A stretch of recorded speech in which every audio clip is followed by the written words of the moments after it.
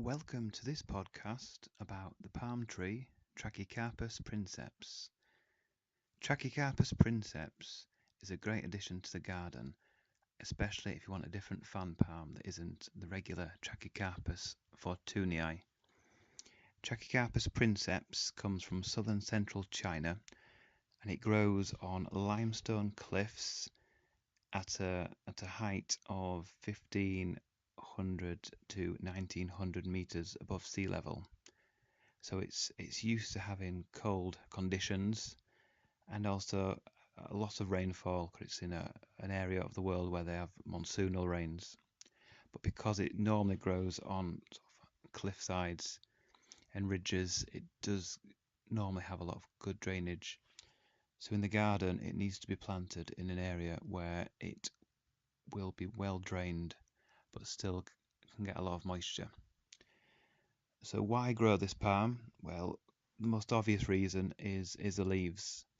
The leaves are beautifully divided and have a waxy bluish silver coating to the underneath of the leaves and to the edges, and to some extent on the top as well. It's a nice green colour with silvery blue finish, and this throughout the season does change a bit. Sometimes it looks a bit more blue, sometimes it looks a bit more green. Absolutely beautiful palm, definitely worth growing.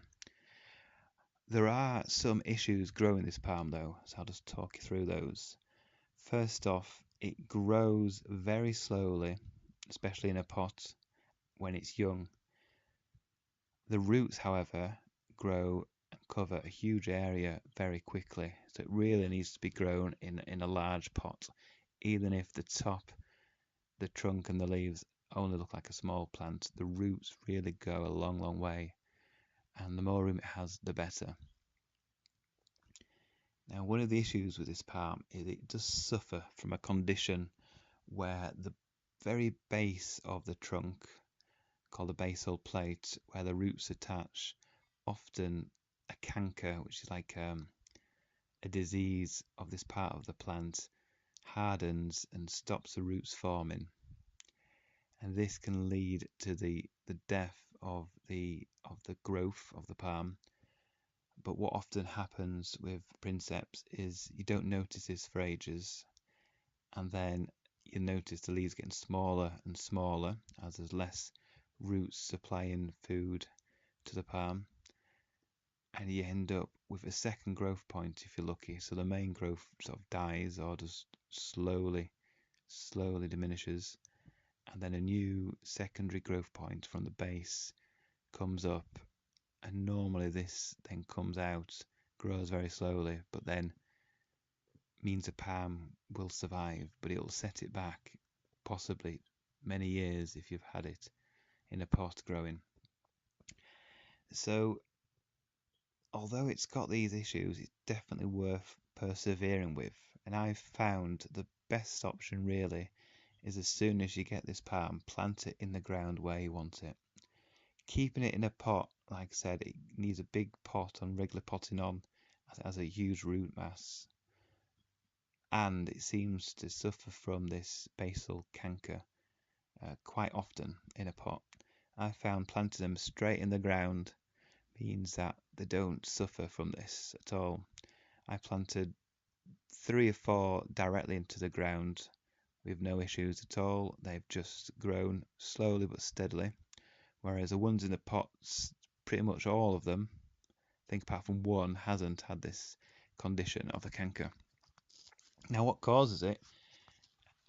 Not certain of. It could be a fungus attacking it. It could be some insects damaging the bottom of the plant and then fungus or something else getting into it, bacteria, and causing this canker. And it does happen to other palms as well, but it just seems to be that the Trachycarpus princeps really does suffer from it.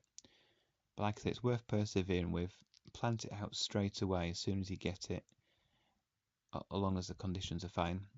And even if it means planting out a small palm, it's a risk to take, because obviously smaller the plant, the more likely they can get damaged in very cold or wet weather.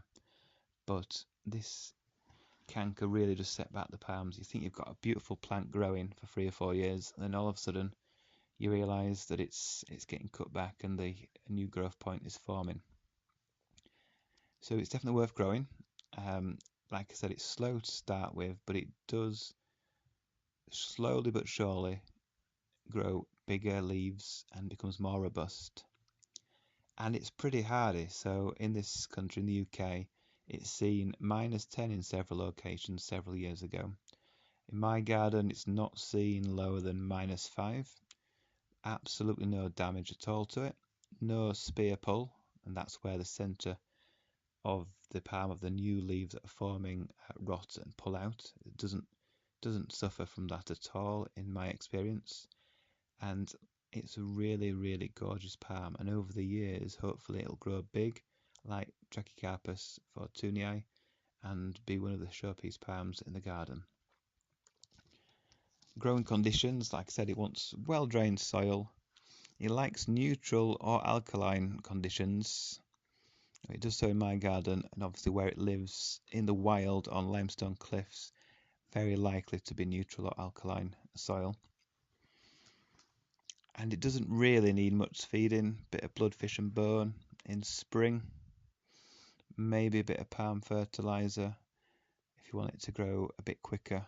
But really, as long as you've got some good soil, it will grow robustly and settle in quickly.